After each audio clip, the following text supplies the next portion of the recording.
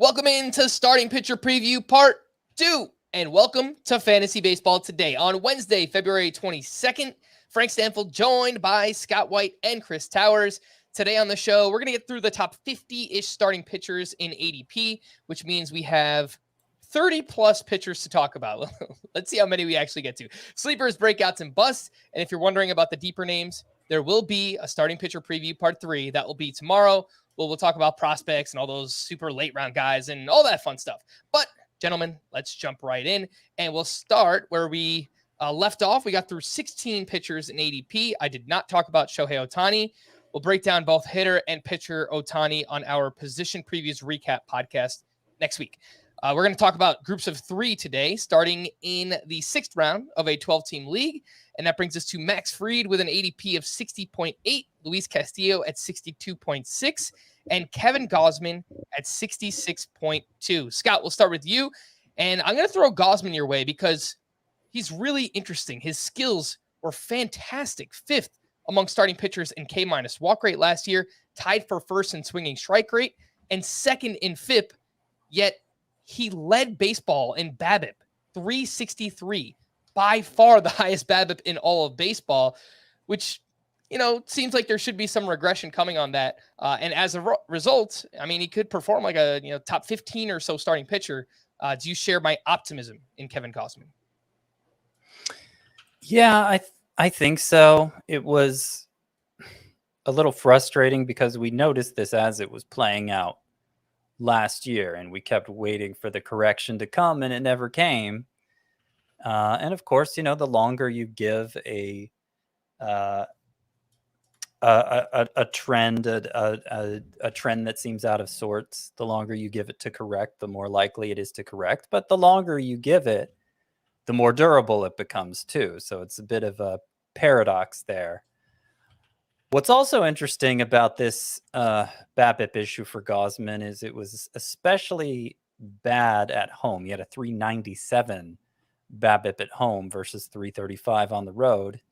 And of course, in Toronto, they have an artificial playing surface. Could that have had something to do with it? It was his first year in Toronto. I don't know. There's also this weird thing where Kevin Gausman has been made the poster child for his delivery out of the stretch, which if he's allowing a lot of hits, he'll be working out of the stretch a lot. They're cracking down on what's a balk and what isn't a balk because of the pitch timer rules and the disengagements from the mound rules. And he's having to remake his delivery from the stretch in order for it not to be called a balk all the time. So that's an interesting wrinkle that raises a little bit of concern. So I don't like, I value Kevin Gausman very similarly to the players he's ranked around. Is it possible he could end up having more of a Zach Wheeler type season like he did in 2021? Yeah, I think it's possible, but I'm not willing to go that far with it. I think some improvement in WHIP and a little bit in ERA in relation to WHIP would be welcome enough and would certainly make him worth his price tag. He seems pretty durable at this point in terms of how many innings he eats.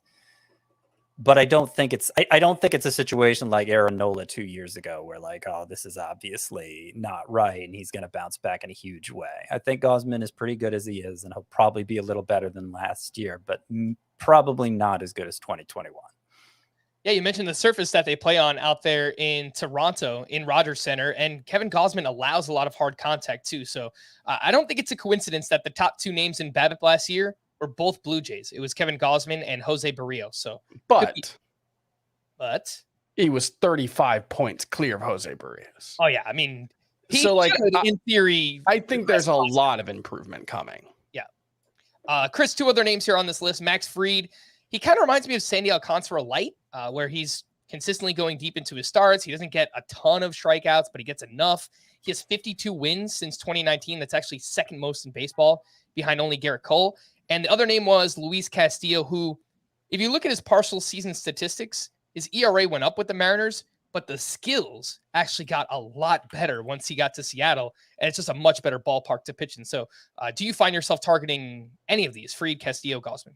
I think all three of these guys are really good. I like all three of them. Fried is probably the low variance option here, and he's kind of like you said, he's kind of like Sandy Alcantara. He's kind of like Julio Urias as well. There's kind of a like Russian nesting doll with like Sandy Alcantara and then Julio Urias and then Max Fried and then like Framber Valdez. I think you can throw in that comp as well. He's not quite as good in terms of whip as the other guys, but like they all basically do the same things. And Fried pitches deep into games. He doesn't get a ton of strikeouts on a per inning basis, but he'll get you there on volume without, he's not going to hurt you too much there. So I think he's very good. Castillo, even more so than Gausman. I think Castillo is probably the high variance option here. And I'm not sure his upside is necessarily higher than Kevin Gausman. I think they're very similar pitchers. So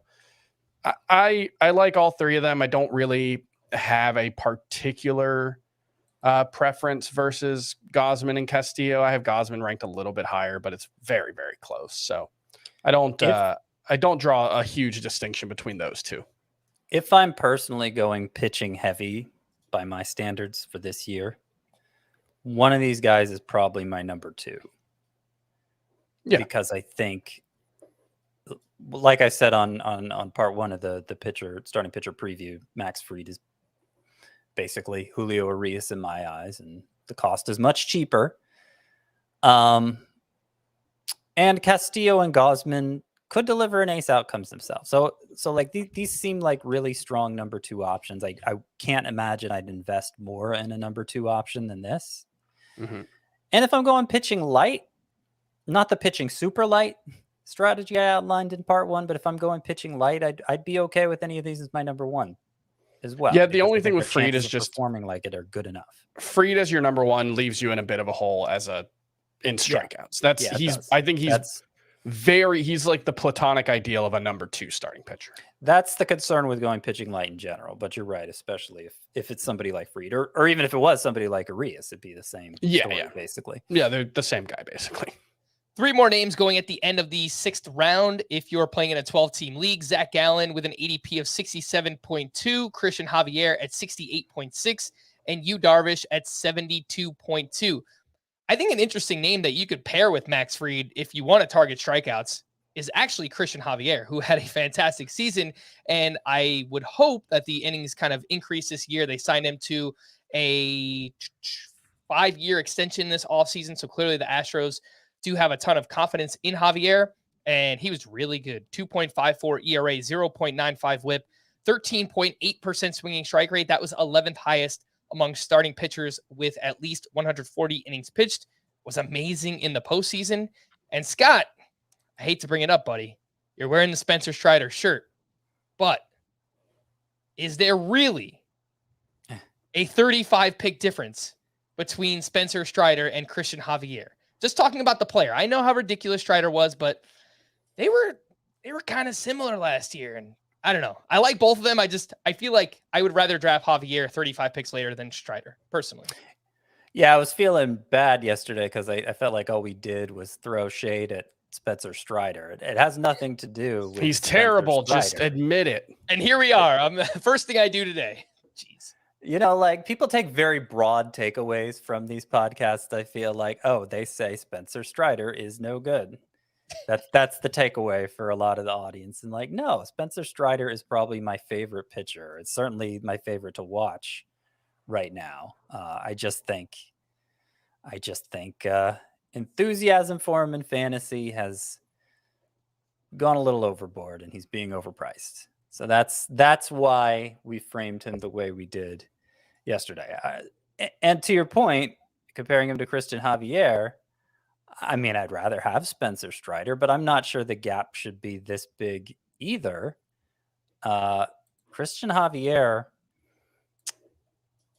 he had nearly 12 K per 9 last year. Strider was closer to 14 K per 9. So, as good as Javier appears to be for that, Strider is even better. But they're kind of just unhittable, even looking beyond the strikeouts. Christian Javier, his final 4 starts last year, he allowed a combined 6 hits. And among pitchers with at least 100 innings last year, his 169 batting average against was the lowest. And that's something that's held pretty steady, maybe not that exact number, but in terms of hit prevention, Christian Javier has been a whiz at that, even going back to his time in the minors. It's another case of a guy who has extreme fly ball tendencies. Even during the span of his career that coincided with the juice ball era, he was pretty good considering at preventing home runs. And that's a good combination. Like if you allow a lot of fly balls and they're not home runs, you're just not giving up hits. And so I think now that we're out of the juice ball era, like he is perfectly suited for this new environment for preventing damage of any kind, both with his bat missing ability and his weak fly ball inducing ability. So it really just becomes a matter, as we were saying for Strider, of how much of a workload is Christian Javier able to take on. And, got to 160 innings last year. With playoffs included. Yeah, you're right. Yeah. He did. So it was a little short of 150 during the regular season, but got to 160. So it's not even as much of a question as it is for Strider, but it is a little bit of a question. I think at the price tag, though, it's not a question that concerns me because we're about to get into a whole crop of pitchers who have that question. 2 other names here. Zach Gallen had a huge year and it was carried by an insane second half. Reminds me of Jack Flaherty. I think it was in 2019, that second half that he had where it was fresh in our minds and he was ridiculous. But Zach Gallen, 10.3K per 9 in that second half, sub 2 ERA, sub 1 whip, raised his curveball usage. So that was really the driving force there. My question, Chris, and it's kind of similar to Sandy Alcantara where Gallen posted just a 237 BABIP. Now that's even lower than Sandy by a lot actually too. And it was actually tied for second lowest among starting pitchers. 46% ground ball rate for Zach Gallen. There is going to be regression here. There's no doubt in my mind. And on top of that, only a 10% swinging strike rate. So I like the pitcher Gallen. To me, it feels like maybe we're overvaluing him based on an unsustainable second half. Yeah, I think that's probably fair. One of the podcasts that we did during the early days of the pandemic shutdown, I can't remember in what context it was, but I called Zach Gallen the next Zach Greinke. And partially that was the, mirroring of their first names. You love that. But also just like the skill set, he doesn't like blow you away with stuff. He doesn't light the radar gun up. He doesn't have this huge bendy breaking balls or anything like that. He just pitches really well. And that's the one thing, you talk about the very low BABIP. Well, that's what he did in the minors too. For the most part, there was one outlier season where he had a 351 BABIP in 2018, but 197 in 2019, has been below 290 in BABIP every year of his career.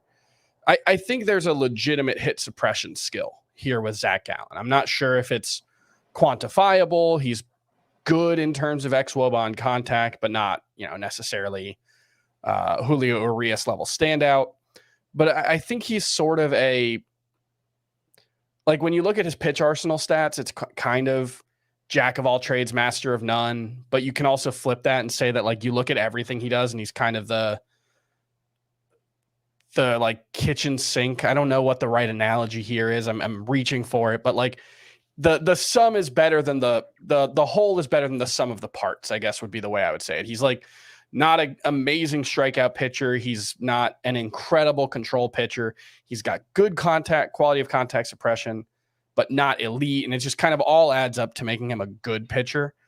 I think he's probably not an elite pitcher though, which, that's where the Zach Greinke comp doesn't work because Zach Greinke obviously was, but like if he can sustain the control and command improvements that he made in the second half last season, especially, I do think he has a chance to just keep kind of outrunning what we expect of him, which is who he was as a prospect as well. That is Zach Gallen, who we were just talking about. Last name here, Scott, want to quickly run through Yu Darvish, who threw 194 and 2/3 innings, the second most of his career. dating back to 2013. He had 25 quality starts. That was tied for second most. Nothing crazy, Scott. Like, I didn't see a pitch mix change or velocity. The control really took a step forward. Now, I don't know how sustainable that is for Darvish, but he's kind of the last of this SP2 group. It's usually him and Musgrove that are the last ones left. And I'm totally fine getting either one of those guys who last between the two. So I find myself drafting a decent amount of Darvish. Yeah. Yeah, I'm fine with him too. He's always been a difficult pitcher to evaluate because there's so many variables to him, just by virtue of him throwing like 6 different pitches at least. There're probably different variations on those 6 different pitches that make it even. There definitely are. Like double-digit pitches, and a lot of times he just doesn't have the pitch mix working right, optimally, and he ends up with these ugly seasons or stretches of seasons as a result. I mean, at this point last year, we were halfway convinced Darvish was finished. I can't remember exactly how late he was going, kind of in the mid-range at starting pitcher, lower than this. And we've done that multiple times in the last 4 or 5 years. Yeah, not the first time, but especially during that second half in 2021. He had an ERA, I think it was over 6. Was it the first half of 2019 that was similar? It was like the first 2 months of 2019, he was awful, and then was the best pitcher in baseball for 4 months or something like that. It may have been, yeah. And then was the best pitcher in baseball in 2020, arguably. He's very frustrating. Very frustrating. So what's interesting about him rebounding to the degree he did last year is that swinging strike rate was down. K per 9 rate was actually the lowest of his career by far. He barely had a strikeout per inning, and that's not what we're used to seeing from Darvish. So, it's kind of similar to the question people are asking about Justin Verlander.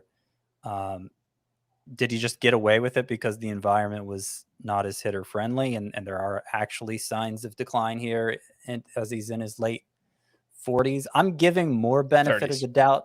Late 30s, yeah. I'm giving more benefit of the doubt to Verlander than I am to Darvish, in part because Darvish has had so many inconsistencies in recent years and throughout his career that, even if everything looked fine with the strikeouts and everything, I still wouldn't feel totally confident we know what we're getting from him this year. But we know that at his best, even at this age, he certainly resembles an ace. So as kind of one of the last pitchers in the quasi-ace tier here, I think that's appropriate, and I'd be fine taking Darvish if the price is right. If I'm going super low budget pitching and I wind up with Darvish as my ace in round 8 or 9 of a 12 team, more likely round 8 probably, of a 12-team league, that. It's workable. That's a brilliant strategy as far as I'm concerned. I'm not going to stress so much about all the little reasons for concern there, because it's a potential ace at a really low price for a team build that demands that. So I do think Darvish definitely has his uses, but there are reasons not to feel totally comfortable drafting him too. And I think Darvish won't be in his late 40s until his current contract with the Padres is over. That's right. To be clear. I heard late 40s and my mind instantly went to Julio Franco. I was like, that's probably the last guy we've seen play that late into their career, or maybe the only one. I'd have to look through baseball history. You might be onto something though, Scott, with you mentioned this is Jamie Moyer erasure, by the way. Yeah. You mentioned yesterday with Verlander that maybe he pitched to contact on purpose. It's just like every player I was taking notes for, or at least every pitcher, it felt like. It's like, oh, their swinging strike rate was down from 2021. Their swinging strike rate down from 2021. Yeah. It could be a conscious decision, or it could also be, hey, crack down on sticky stuff. They weren't using it. Or, there's multiple things, but it's just curious to me how widespread it was, particularly among the high end pitchers. And as you talked about at the start of yesterday's show, last year was the first time league-wide strikeout rate went down in I think he's pointed out it was the lowest it's been in 5 years. I think it was the first time it went down in like 20 plus years. Like it's been steadily rising over the years, and then it reversed for the first time in forever. And partially that's the universal DH. Yeah, partially. Mm-hmm. Sure. Chris, what's the name of this guest that we have on screen right now? This is Liz Lemon, the cat, who my wife is out tonight, and I had to leave the door open because otherwise the cats would be screaming to be let in or out of the room, whichever one they weren't. So I have to leave the door open now, and this is what happens. All for right, those of you watching. Let's hit two more pitchers before we see a little drop in ADP. This is the start of the 7th round. Framber Valdez at 72.6 and Joe Musgrove at 79.4. Chris, we'll start with Valdez, who set the single season record with 25 straight quality starts last season. He actually set a career high 11.3% swinging strike rate. The velocity went up. He added this new cutter that he threw 10% of the time, and it was a really good pitch for him. So we know he's got that awesome hook, but now he's adding velocity and he's got a third pitch.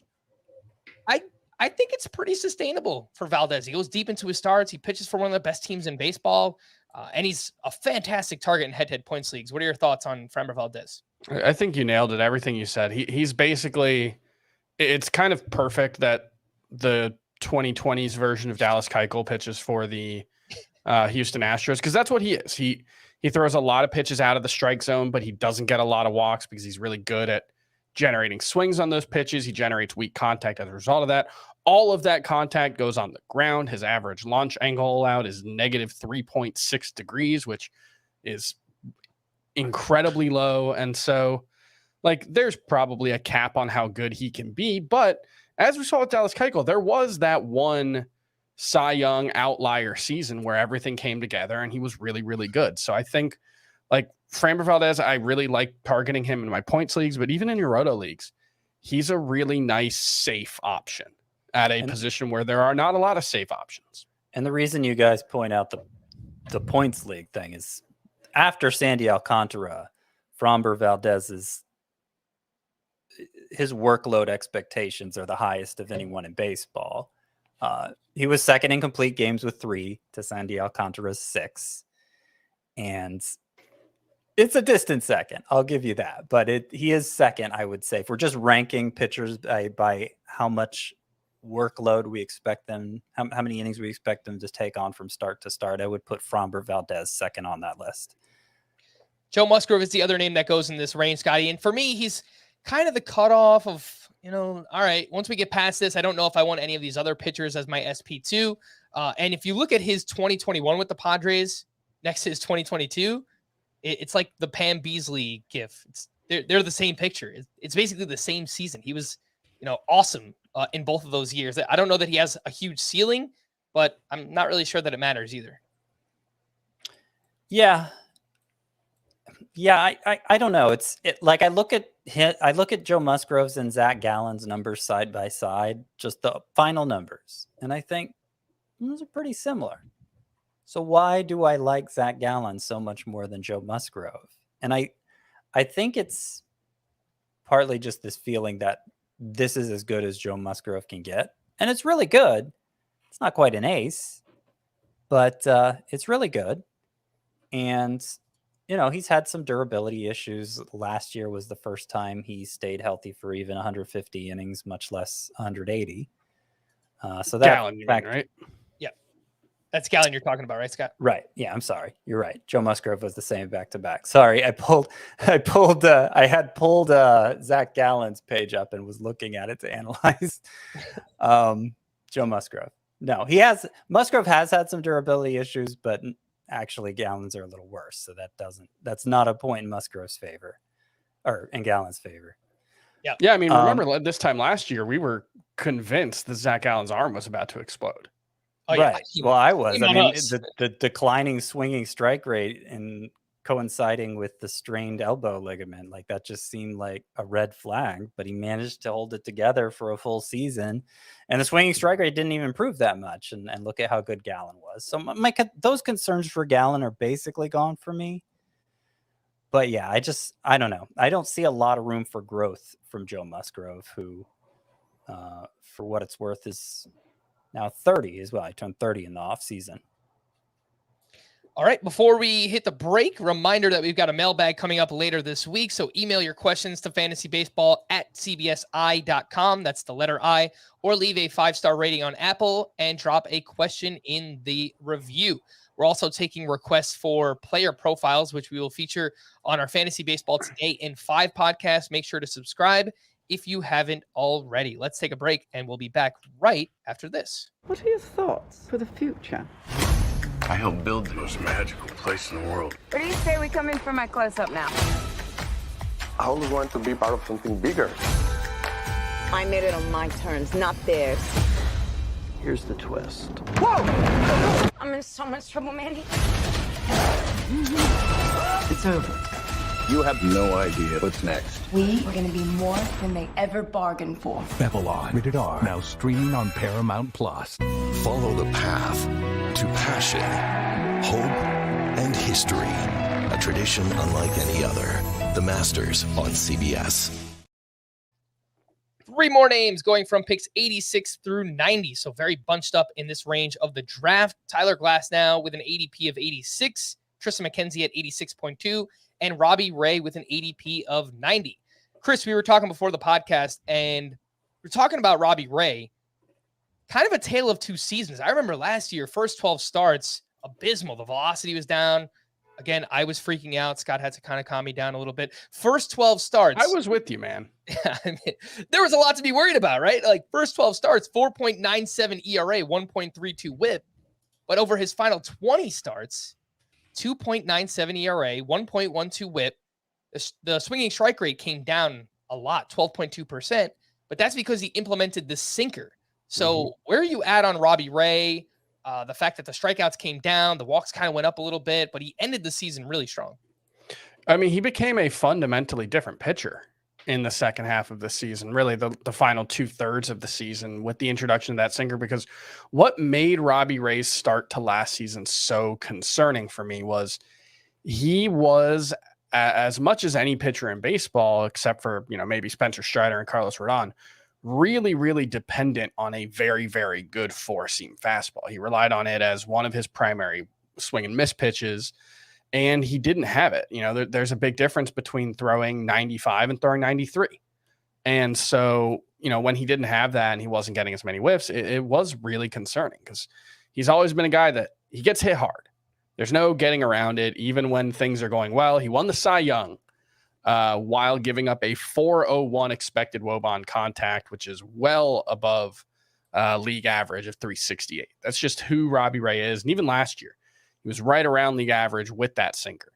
So that raises an interesting question of, can he combine the two?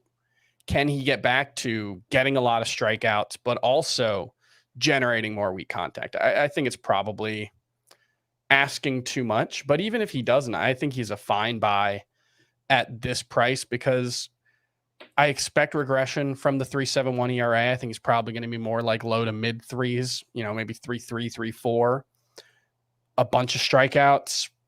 I think he's a pretty good pitcher. Like, I don't think there's that much of a difference between what I'm expecting from him versus what I'm expecting from someone like Dylan Cease, who also has a wide range of outcomes, has shown very, very good quality of contact suppression metrics, also very, very poor ones. So I think those two guys, it's very close between them at least. So I think Robbie Ray's a fine buy. And if you're making the comp between Robbie Ray and Cease, a point in Robbie Ray's favor is that he pitches in the much better ballpark in T-Mobile Park in Seattle.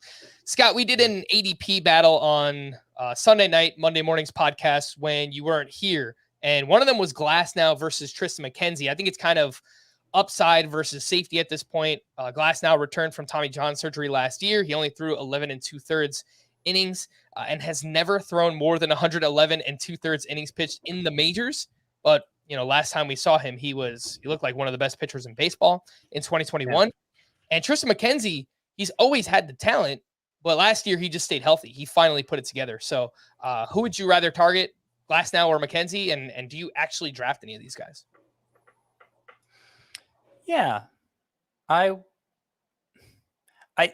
find that there's always somebody who's eager to take Tyler Glasnow, and that someone isn't me.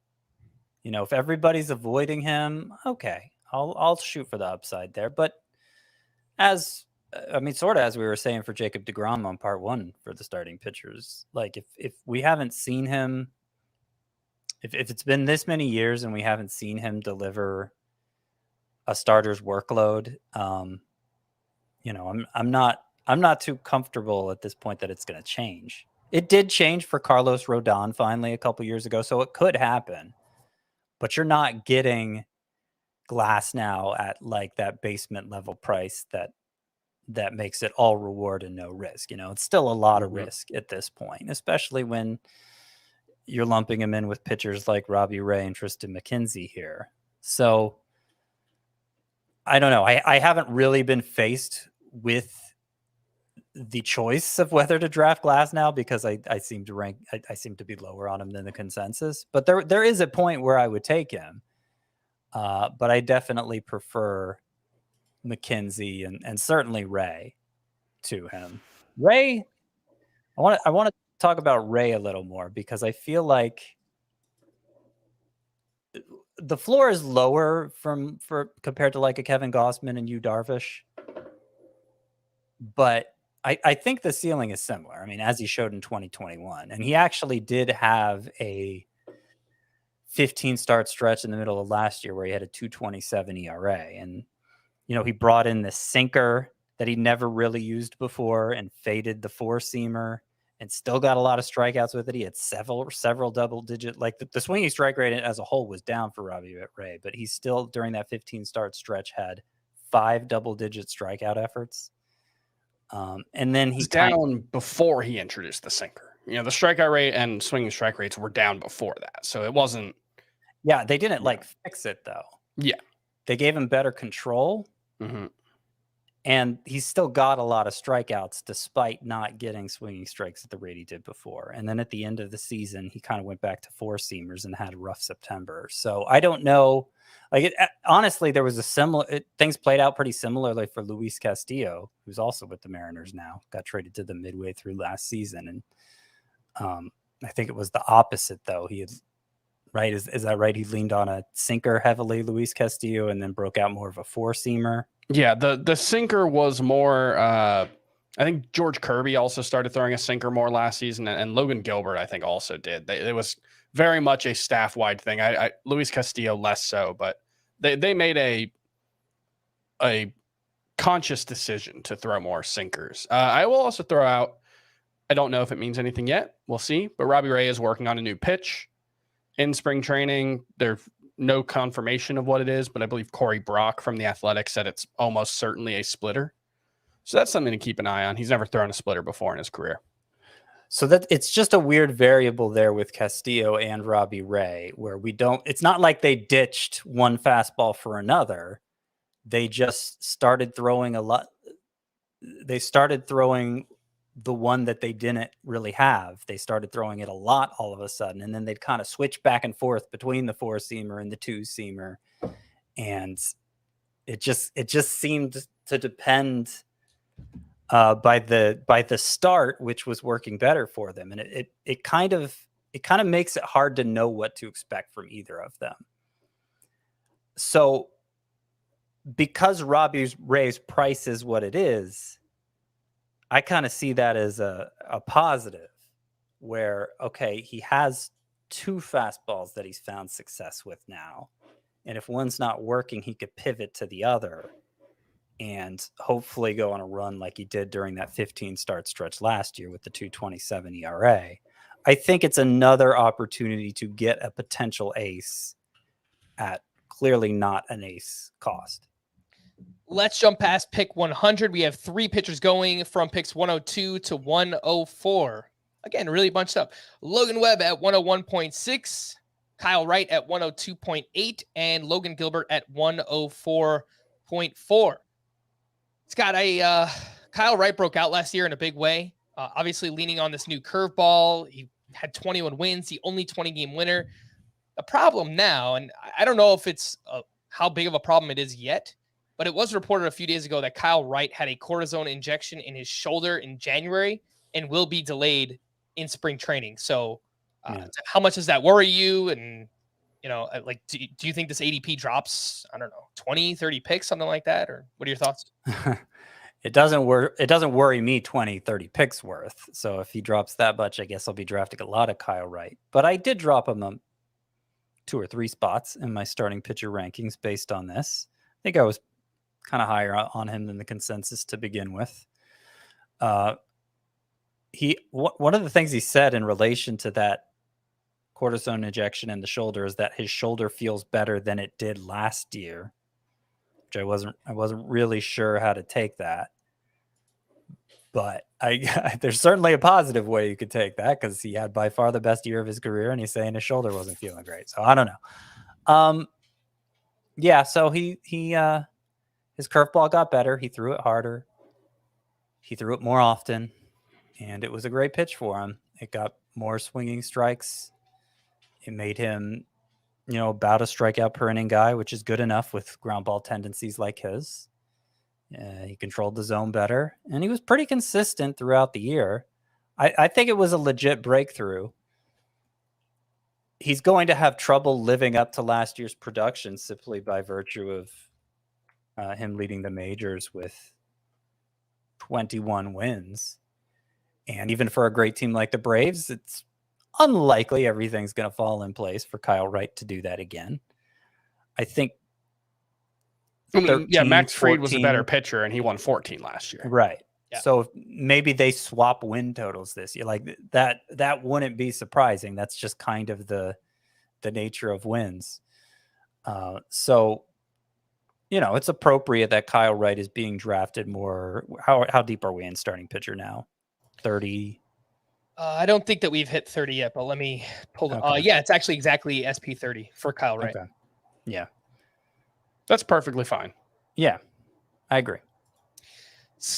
Chris, I hate to be a Debbie Downer here, but some things that I want to pick with Logan Webb and Logan Gilbert. They both had strong seasons, but for Webb, the strikeouts did come way down, at least the strikeout rate from 2021, and his sinker velocity was down 1 mile per hour year over year.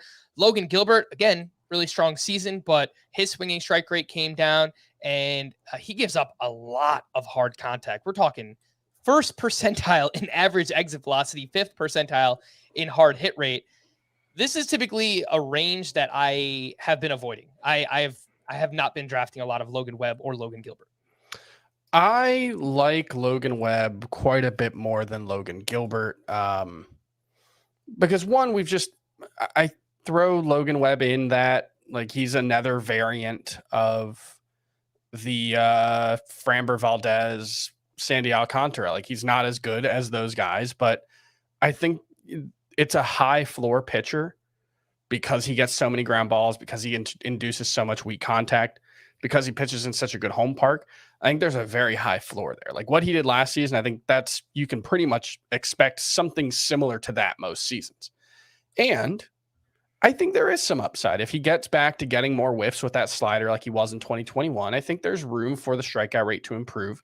He's never going to be a big strikeout pitcher. I don't think he's ever going to be like an ace, but I could see a top 15 outcome from Logan Webb with just a few things going right for him. So I actually think he's pretty good at this price. Logan Gilbert, I don't really get it at this price. I think he's decent, but like,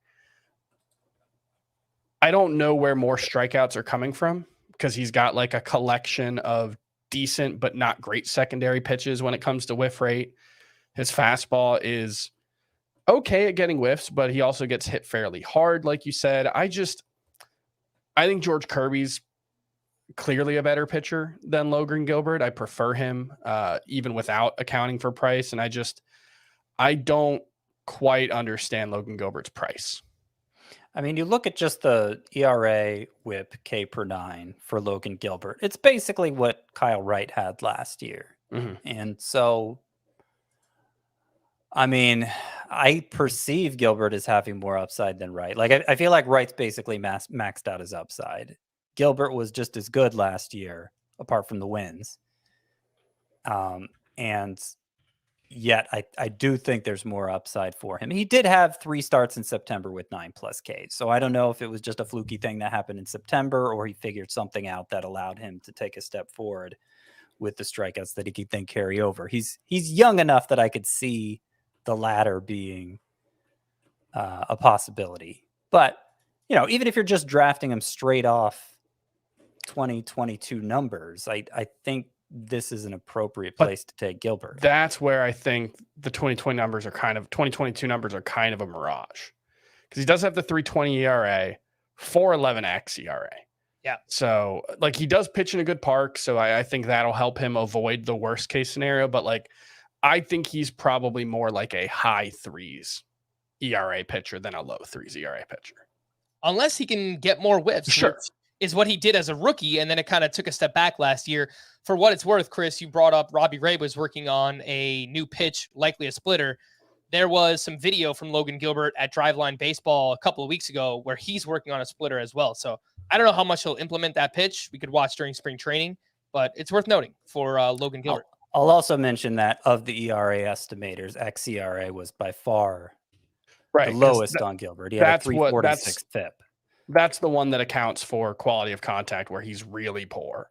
Right. And so maybe that's one that's very noisy, and maybe it was just, he was on the low end of variance last season, but he was also pretty bad in quality of contact metrics in 2021 as well. So, while there's room for improvement, and you never want to box a player in, I think he has a lot of improvement to do to repeat last season. And I think he's probably being drafted as if he's going to. The next group features 2 Bronx Bombers. Oh my goodness gracious! And a youngster who we've already mentioned. That is George Kirby. Nestor Cortes has an ADP of 106, Luis Severino at 107.4, and George Kirby at 108.2. Nestor Cortes has now done it 2 years in a row. He has made 42 starts since the beginning of 2021. 2.61 ERA, 0.98 whip, 266 strikeouts, over 251 and a third innings pitched. And then Luis Severino, he came back last year from injury through 113 total innings. That's including the postseason, his most since 2018. And he was really good last year. Once again, he did it a little bit differently. He didn't throw his slider as much. So I don't know, maybe the slider hurts his arm to throw, and that's kind of why he lowered the usage. I don't know. I'm just kind of theorizing here, but something I thought about with Luis Severino. Scott, I know we talked about it last year. We were like, why isn't he throwing the slider? Is it injury related? So I don't know, but do you have a preference between these two, Nestor Cortes and Severino, and do you actually target them? I prefer Nestor Cortes for durability reasons. I mean, Severino seems like a pretty big injury risk at this point. Yeah, we did talk about over the course of last season. I mean, slider's a pitch that puts a lot of strain on the elbow, and it's not uncommon to see pitchers coming off John surgery reluctant to throw the slider as much or with as much conviction. That can be something that holds them back in the initial months returning from that injury. So Severino did gradually up his slider usage. It was 11.5% in April. And then by July, when he got hurt, it was 27.5%. It was thrown at 2.5 times often as in that first month. Did that contribute to him having more health issues? I don't know, but it's the whole thing is a quagmire with Severino and just what could go wrong next for him. So while it was encouraging to see the way he performed, I think the injury risk carries more weight. Meanwhile, Nestor Cortes, there was a lot of skepticism heading into last year about the way he finished 2021. Understandably, I mean, his raw stuff doesn't look impressive. He wasn't a particularly highly regarded prospect or anything. But he followed up on it and then some, actually improved his strikeout rate, had, more than a strikeout per inning. Another pitcher like Christian Javier and Tristan McKenzie and some of the ones we talked about yesterday, who the fly ball rate would have given you pause during the juice ball era, but at the time he's pitching now, it actually seems more like a benefit than a detriment. And, that's just like sort of like strikeouts. It's just a bunch of free outs if those fly balls aren't leaving the yard. So I think Nestor Cortes his effectiveness is pretty well established at this point. He has some durability issues to prove himself. Didn't get to 150 innings during the regular season last year, but I think they're overall less concerning than Severino's. And the final stat line, between the two, Cortez's ERA was much better last year. It was in the 240s. I don't know that he could do that again, but as long as he's keeping it under 3, I think he'll definitely be deserving of this draft pick. Even with being a fly ball pitcher, I think his 232 BABIP is unsustainable for Nestor Cortes. He doesn't give up a lot of hard contact, but that number just seems really low. And he also has maintained a strand rate over 80% 2 years in a row. I think there could be some regression here, but even with that, if he pitches to a 3 ERA with a strikeout per inning, that's still a really valuable pitcher. For Nestor Cortes. How deep are we in the pitching rankings now? We're approaching 35, right? And we're like, oh, this guy might not have a 240 ERA next year. Exactly. Okay. Yeah. So even if a pitcher regresses, he still could be really good this upcoming season. Chris, we spoke about George Kirby recently as a pitcher the Welsh loves this season when we did the players we love on Valentine's Day. And he was really good as a rookie. George Kirby was. The problem, he had a 1.21 whip. Well, how is that possible with someone who has his type of control, right? 331 BABIP. So he does pitch in the zone a lot, which makes him kind of hittable. And he didn't get a lot of whiffs last year. That doesn't mean it can't change. He's a young enough pitcher. He comes with a lot of prospect pedigree. Only a 9.7% swinging strike rate for George Kirby. I looked at the Fangraphs pitch grades. They give him a 50 grade slider, a 45 curveball, a 50 changeup.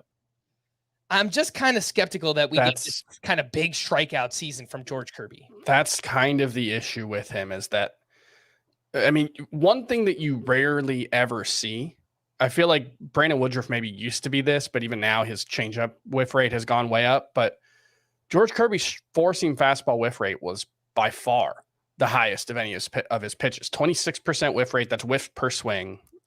Which is different than swinging strike rate, different denominator. Don't worry about it. I don't know why we have to confuse things like this, but that's what we use for that. Curveball 13.7, slider 14%. His 4-seam fastball whiff rate was almost double his curveball and slider. That's wild. You really don't see that very often, and it makes me wonder what the next step is for George Kirby, because he's got to get more strikeouts. I think. I don't think he can continue to live in the zone as much as he has and be able to survive that way, because the swing and miss just isn't there. And so he's got to take one of those pitches to the next level, unless, as he did sort of starting midseason, starts throwing a sinker more. Maybe that gives him a little more quality of contact suppression to make up for the lack of whiffs. But both him and Gilbert, I'm not sure where the next step comes from for both of them. I prefer Kirby by a hair. They're separated by one spot in my pitcher rankings, but it's because I think Kirby's present skill set is a little stronger. He got a few more strikeouts last year. I don't think that's going to be a big edge for either of them, but the control, the quality of contact suppression, I think is better for Kirby. So I give him a slight edge, but I do think they're both probably being drafted as breakouts in a way that I don't know if the skill set quite supports. Yeah, I've had bigger questions about Kirby than Gilbert myself, and we already went back and forth on Gilbert. Part of it is just Gilbert got to 185 innings last year, sure, and Kirby got to 130, and I think that's probably a professional high for him because he had a lot of there were a lot of issues with the pandemic season and everything that prevented a lot of minor league pitchers from accumulating innings. But Kirby specifically, the inning totals were... For what it's worth, he got to 156 and 2/3 if you include the minors last year. Okay, he did make 31 starts. Yeah, 31 starts last season. But it was a big increase from, his professional high prior to that was 67 and 2/3. So, Kirby has... we got to worry about the big innings increase just for starters. But yeah, you add the fact that unless he develops or begins emphasizing secondary pitches like he did it last year, and he probably needs to improve them if he's going to start emphasizing them. I don't know that a slider that gets the whiff rate his did last year is worth throwing more. But he needs to show improvement with that, or else I just think he's going to be too hittable. Now, his control is the best skill that either Gilbert, the best skill between the two Mariners pitchers, Gilbert and Kirby. Like Kirby, one of the best strike throwers in baseball, but he trades off a lot of hits with that. He had more hits than strikeouts as a rookie last year, which you don't see a lot from good pitchers. So, yeah, I think given his pedigree and the fact he is such a good strike thrower, I could see Kirby taking a big step forward. But as you're saying, Chris, like he hasn't really teased a plan for that. It's just going to have to come out of the woodwork. He'll unfurl this amazing slider that'll have us all gasping in spring training, maybe. And then I can get behind George Kirby as a breakout this year. But currently I have him as a bust, for all the reasons I've mentioned. All right, fair enough. The next trio are all what could be or should be per inning studs this season. Clayton Kershaw at 110.6, Hunter Greene at 115.6, and Blake Snell down at pick 118. Chris, Clayton Kershaw, he just keeps getting it done. I mean, he has a 3.55 ERA or less in 14 straight seasons. And I mean, the underlying skills are still really, really strong for someone who turns 35 years old in March. The problem is he's going to miss time. He hasn't thrown more than 126 and a third since 2019. And he kind of reminds me of, I don't know what percentage you want to put on it, 60%, 70% Jacob deGrom, and you're getting him 80 picks later. So I think if you have two safe options up top on your team, I think Clayton Kershaw's a fine target.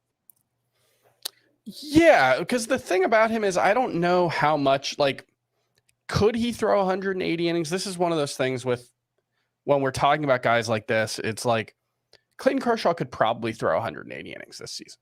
It just requires him staying healthy, and we're skeptical that he will. But if he does stay healthy, I think he's probably going to average right around 6 innings per start, and I think he's going to be awesome.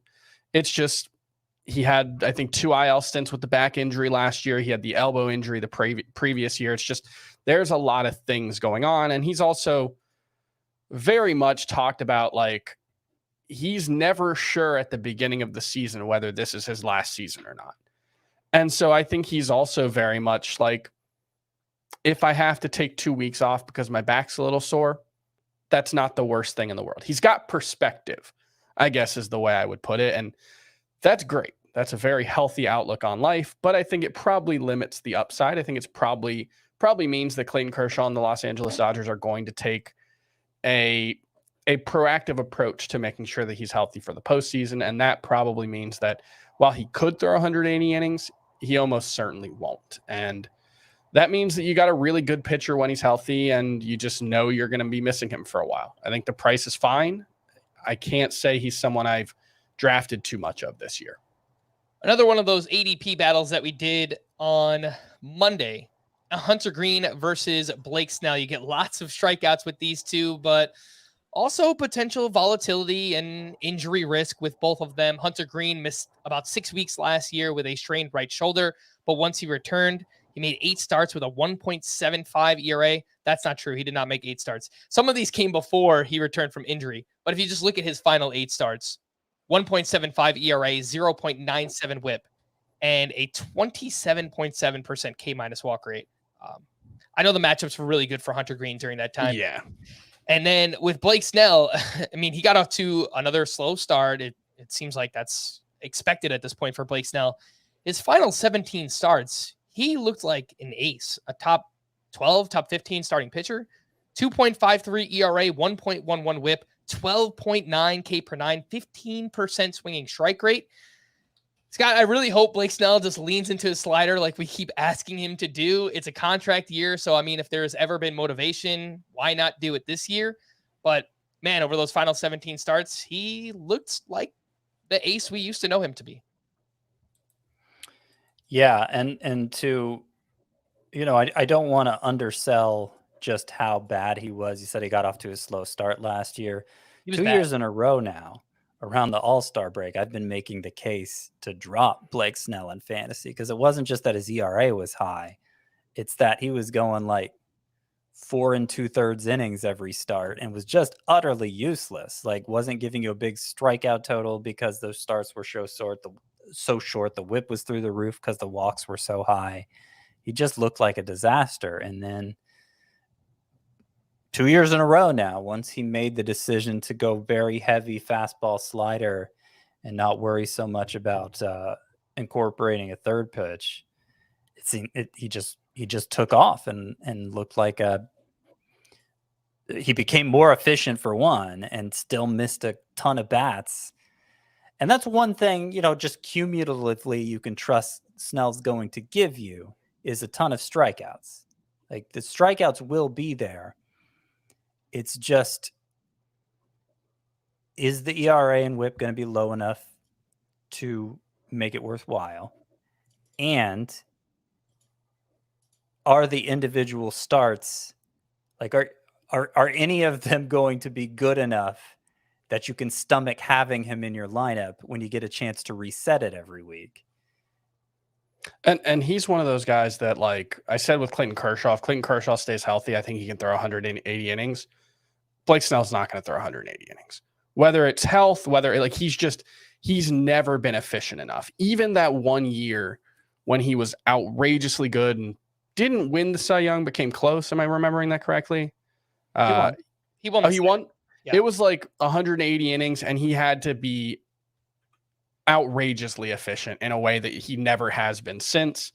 He's just not a guy who goes deep into games. Like Scott said, he's one that just like, I think there's a hard like 170 innings cap in my expectations for him. Unless he can maintain that approach all season with the fastball slider approach. Because he does become a lot more efficient when that happens. He is more consistently going 6 or even 7 innings at times.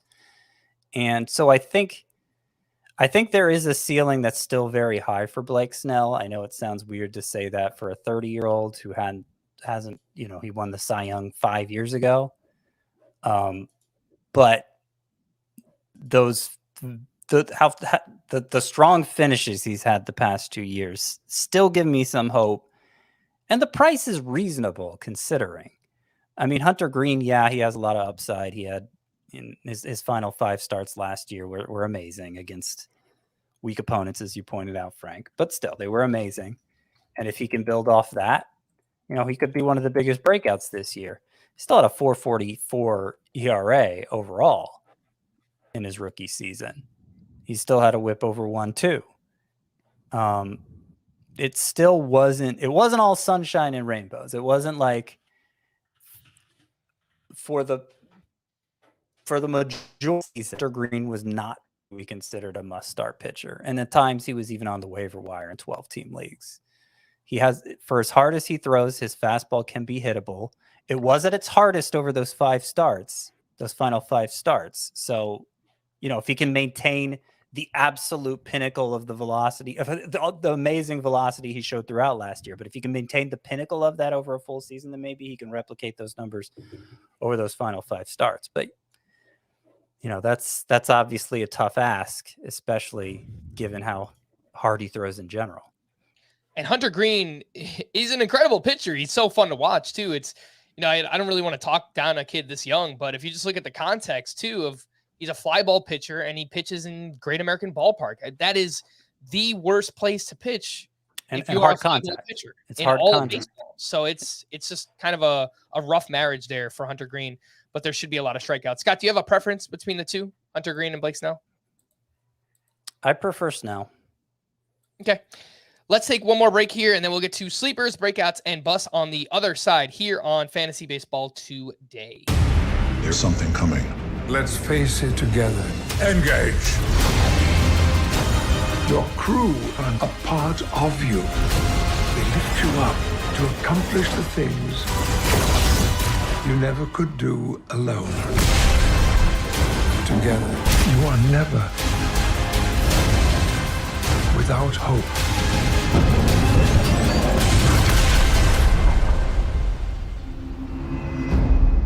Italy's best clubs and brightest stars bring show-stopping skills and unbelievable thrills in the fight to the finish for the Scudetto.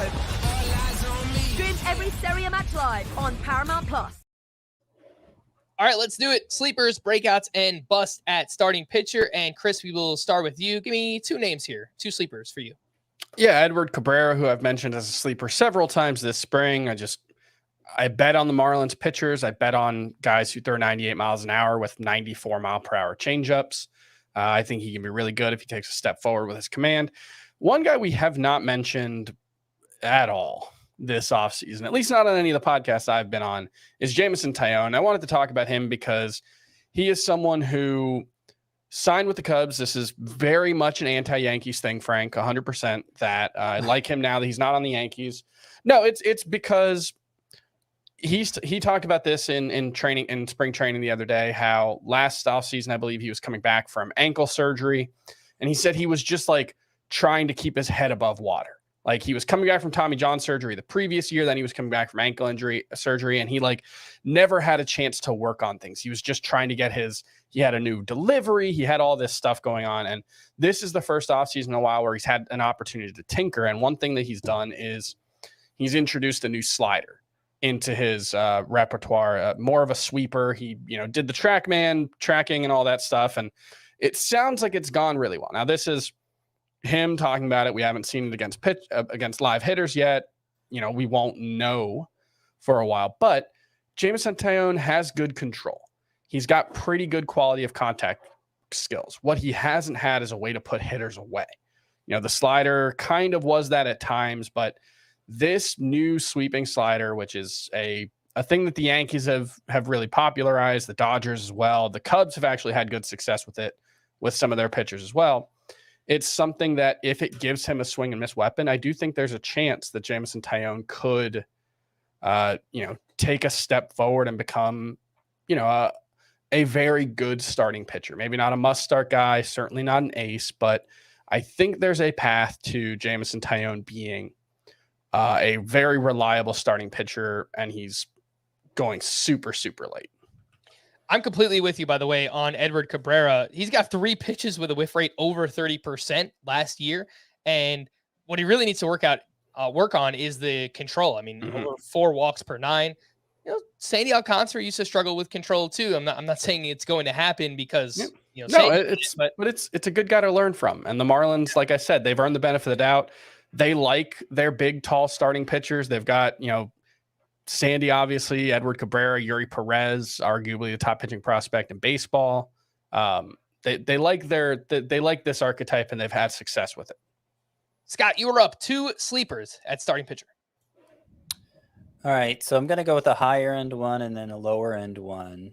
For the higher end one, I have difficulty choosing between a couple old guys, Chris Sale and Charlie Morton, who go in about the same range.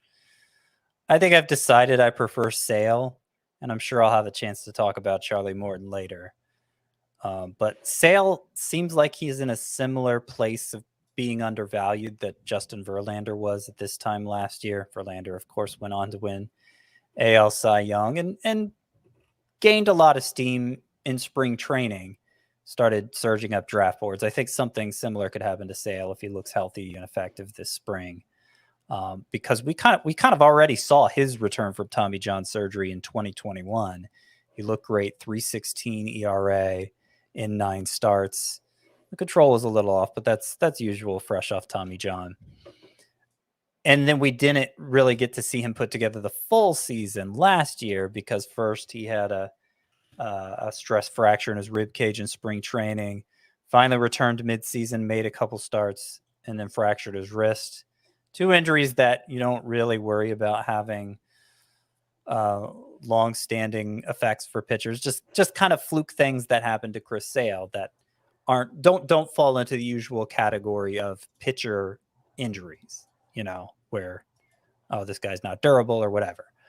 So I think it's I think people are just kind of burned out on Chris Sale because the wait has been so long and it's been delayed over and over again. But there's no reason to think he's any less of a pitcher than he was when we last saw him healthy, which was 5 years ago at this point. But you know what I'm saying? Like, the little bit we've seen of him since coming back from Tommy John surgery has looked promising enough that I'm willing to invest in Chris Sale as like a number 3 pitcher and have a pretty good feeling he'll outperform that as long as he's able to take the mound every 5th day. So that's the first one. On the lower end, I'm going to go with Trevor Rogers, who I didn't like going into last year. Remember, he was one of my busts, and that played out. He did bust pretty badly, but now, like, the pendulum has swung the other way because the enthusiasm is completely gone for Rogers, a guy who last year was being drafted in the same range as Shane McClanahan and Alek Manoah.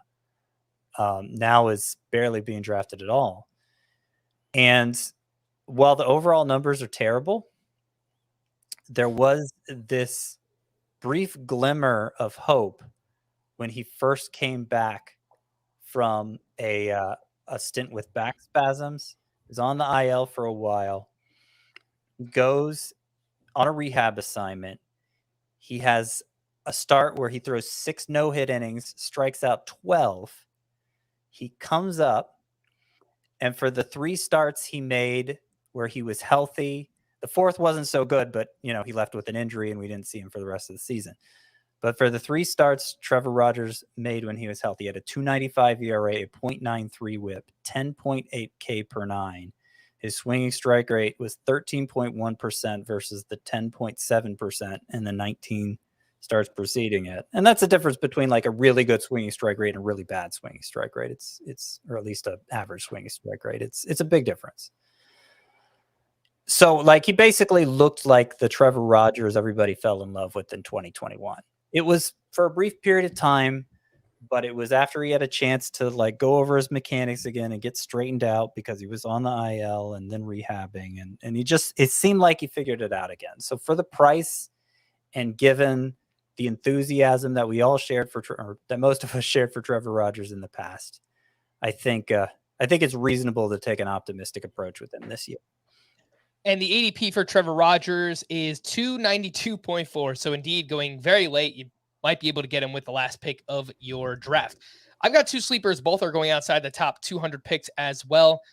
I'm just going to continue chasing the dragon until it happens. John Gray, last 2 starts last year, he got beat up. But if you look at his numbers leading up to that point, he had a 3.64 ERA and a 1.11 WHIP. It looked like it was pretty much happening. Now, injuries are consistently a problem for John Gray, but there was some nice stuff happening underneath the hood. He posted a career-high 34.8% chase rate, his 11.6% swinging strike rate, and 96-mile-per-hour fastball velocity were both his best since 2019. And his fastball velo actually jumped up over a mile per hour from 2021 to 2022. John Gray is basically a 2-pitch pitcher. Well, guess what? He has the best 2-pitch pitcher on the planet in Jacob deGrom on his team. So maybe he could learn a few things, but either way, I do like John Gray. And Ross Stripling is the other one. Last year, second half of the season, I was all over it. I mean, he was with the Blue Jays last season. He started throwing his changeup more. That's basically the recipe. Just throw your best pitch more. And that's what Ross Stripling did. He threw his changeup a career high 27% of the time, nearly double how often he used it in 2021. And that pitch had a 203 batting average against, 20.9% swinging strike rate on Ross Stripling's changeup. And now he pitches in San Francisco with the Giants. They do a great job with all their players, but most notably their pitchers. It's a great park to pitch in as well. So 2 very late names, John Gray and Ross Stripling for me. Breakouts, Chris, who you got? Yeah, we've made the Sandy Alcantara comp for a ton of players. Let's just do it one more time. And, it's kind of funny that this has become like a sexy comp because, guy who doesn't strike batters out is not necessarily what we chase. But I think Dustin May could very well be the next Sandy Alcantara. Not, throwing 400 innings or whatever, but on a per inning basis, I think Dustin May has a lot in common with Sandy Alcantara. He's one of those guys that when you watch him pitch, it's like how does he not strike everyone out? And well, it's because he doesn't need to, because guys, when they swing at his pitches, can't do anything with them. They hit them into the ground. They hit them weakly. They look off kilter, and he generates a ton of weak contact. He gets great results on balls in play. And the thing about Dustin May is the very, very brief time that we saw him in 2021 before the injury, it looked like he was making a leap. He was getting more swings and misses. He was getting his cutter, which he throws like 95 miles an hour because he's ridiculously good. He was getting more swings and misses with it. And I just think there is a path for like Sandy Alcantara-esque quality of contact and those kind of metrics, but with more strikeouts. Again, if you get 140 innings out of Dustin May this year, I think that's a huge win. That's something he has gotten close to in the past, 140 exactly in 2019, 134 in 2017 and 2018. So I think he's capable of it. He's shown the ability to throw that 150-ish innings total. But just on a per inning basis, I think Dustin May is going to be very, very good this season. And Lucas Giolito. Let's go with a guy. This is, I kind of tend to throw bounce backs in with breakouts. And apparently Lucas Giolito weighed 280 pounds when he got to camp last season. He had a miserable season. He's talked about it. He's in much better shape. I don't want to put too much on the best shape of your life thing. It's a meme for a reason. We make fun of guys. Everybody's in the best shape of their lives. Maybe Lucas Giolito wasn't this time last year. But it's just my understanding it was an intentional weight Yes, gain. he put muscle on. And he's trying to be more flexible this year, and he focused on that. It just kind of ruined his delivery. Like when you change your weight that much, it throws off your mechanics. And so I'm just kind of betting that there's room for him. Look, this is a guy who's figured it out once before. And maybe he'll just never be good again. But I tend to believe that there's still room for Lucas Giolito to figure things out, get back to being not an ace, but a solid number 3 starting pitcher. I think he can absolutely do that. And there is like no cost to acquiring him this year. I'm going to pull up his price, $153. So I think there's room for him to end up in that, Framber Valdez, Darvish range by the end of the season. Yeah, the 46th starting pitcher off the board right now is Lucas Giolito. He's routinely been drafted as a top 12 guy, top 15 the past couple of years. So you are getting a big discount on him. It's got 2 breakouts for you starting pitchers. Well, there's a lot of enthusiasm for Hunter Greene, and I understand it. There's certainly breakout potential there, as we've talked about. But I think the safer bet for a breakout is his teammate in Cincinnati, Nick Lodolo, who was better as a rookie last year by both measurements. I mean, he had 11.4 K per 9 himself. And while he doesn't have the electrifying fastball, wasn't Hunter Greene an outlier for 100-mile-per-hour fastballs last year? 46% of all 100-mile-per-hour fastballs thrown by starting pitchers last season were thrown by Hunter Greene last year. And we love that, right? As people who enjoy baseball, we love to see him lighting up the radar gun with 100-mile-per-hour pitches. Well, Nick Lodolo doesn't do that, but what he does do might actually be better. He has a more complete arsenal. In particular, the curveball stands out. It has ridiculous horizontal movement, eye-popping in its own right, but doesn't light up the radar gun. So he tends to be a little overlooked because of that. Over his final 13 starts last year, Nick Lodolo had a 2.92 ERA, a 106 WHIP, 10.9 K per 9, and he's actually a ground ball pitcher, unlike Hunter Greene. So, Frank, you mentioned how Great American Ballpark could be a hindrance for Greene breaking out. It will be less so for Lodolo. There's the durability question, as there is for any young pitcher. But overall, I prefer Nick Lodolo to Hunter Greene, and yet he's being drafted after him. So Nick Lodolo, that's breakout pick number 1. Breakout pick number 2, another young guy who I feel like broke out last year in a pretty obvious way, and yet he's not being drafted like it, and that's Reed Detmers, who was terrible over his first 12 starts, 4.66 ERA, only 6.8 K per 9, a 9% swinging strike rate. got sent to the minors to work on his slider, picked up 3 miles per hour on the slider, came back up, and over his final 13 starts, actually one more than the number of starts he made before being sent to the minors. He had a 3.04 ERA, 9.9 K per nine. Remember, that was versus 6.8 before, and a 13% swinging strike rate versus 9 before. So, like, Reed Detmers appeared to be totally fixed and on the verge of taking off. And so I don't know where the enthusiasm is for him, but it should be there. He was really good. Chris, don't act like we didn't hear that cat feeder go off. I'm trying to ride that mute button as best as I can. I do love all the breakout picks that you guys provided. I wrote up Reed Detmers as a sleeper as well. Dustin May was in my breakouts as well. So we are in agreement. Last year, I gave you, the listeners, the profit pocket at first base, right? As an ode to Metallica, my favorite band. This year, I will give you a new group at the starting pitcher position, and it is the Four Horsemen. We're kind of workshopping that name. If anyone has anything better, let me know. The Four Horsemen. I want to leave my draft with at least one of each of these names. At least one. It could be more. Nick Lodolo, who Scott you talked about. Dustin May, who Chris you talked about. And then the two names I'm going to mention here as breakouts, Jesus Luzardo and Jeffrey Springs. Jesus, these guys already broke out. It's kind of like Reed Detmers for you, Scott, where they're just kind of being undervalued, in my opinion, where they're going in drafts right now. Luzardo, he finally put it together last year. He posted a 3.32 ERA, 104 whip, 120 strikeouts over 103 innings pitched. And among starters with 100 innings, Luzardo ranked 16th in K- walk rate, 16th in swinging strike rate, and 19th in Sierra. So by all the skill metrics, he was a top 20 pitcher. The problem is he's dealt with a bunch of injuries in his career. And obviously you can't discount that. But if he manages to pitch 150, 160 innings, then I think Luzardo could give you a top 20 starting pitcher outcome this season. And Jeffrey Springs, much like Luzardo, he was really good on a per inning basis last year. Among starters with at least 130 innings, Springs ranked 15th in K- walk rate, 13th in swinging strike rate. Each of his FIP, xFIP, Sierra, xERA were 3.32 or less for Jeffrey Springs. So you choose a metric, you choose a stat, and Springs was really, really good. Scott spoke about this downside on yesterday's podcast. Springs made 24 starts from May 9th on. He only went 6 innings in 7 of those. 6. I don't even think he ever went more than 6 innings. So you got to keep that in mind. I think they'll expand his workload a little bit more this year. They gave him a contract extension this offseason. But either way, when he pitches, I think Springs is going to be really, really good. So I do like the price tag for both those guys. I should probably mention that price tag.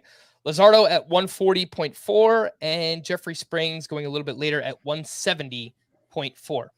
I'll quickly start us off with Bus. I spoke about Sandy Alcantara yesterday. I don't think he's going to bottom out. I still think he's really good. Just think he's a little bit overvalued. The one that I'm probably just avoiding regardless is Tony Gonsolin. He was great last year. Finally managed to stay healthy-ish for 130 and a third innings. That was a career high at any level. And again, I want to reiterate, he was awesome on a per inning basis, but he's dealt with recurring shoulder injuries. Last year, a strained right forearm in August for Tony Gonsolin.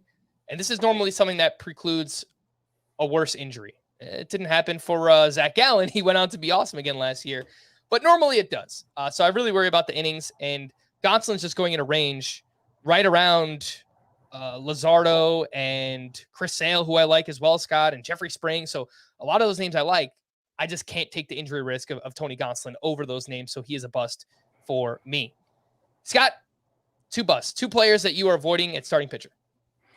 Well, I already talked about how George Springer is. I'm going to go with a couple higher end types who we talked about on part 1. Shane McClanahan, just in case, just in the possibility that what we saw from him in September after missing the time with the shoulder injury, remember the swinging strike rate plummeted.